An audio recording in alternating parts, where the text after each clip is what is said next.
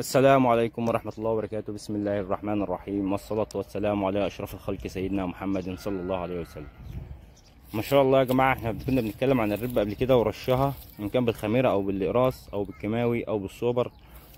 دي ما شاء الله ايه، ده عمر 33 يوم ما شاء الله، واخدة مرحلة السقعة اللي عدت دي اهي. ده كمان الدودة يعني مأثرة عليها، مع ان رشيشة للدودة بس ما اتكتش عليها في الرش قوي.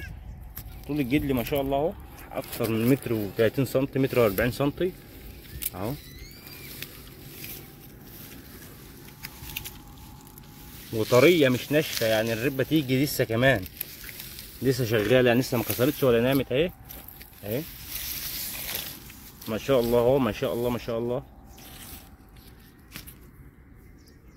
ربنا يبارك. فيا جماعه احنا نهتم بزرعنا من غلو العلف في البرسيم، يعني بيوفر معانا كتير.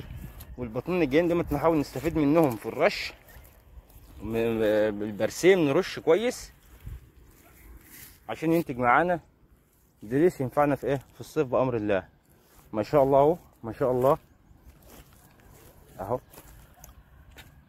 ده على الطبيعه خالص اهو يا جماعه اهو اهو، ما شاء الله اهو.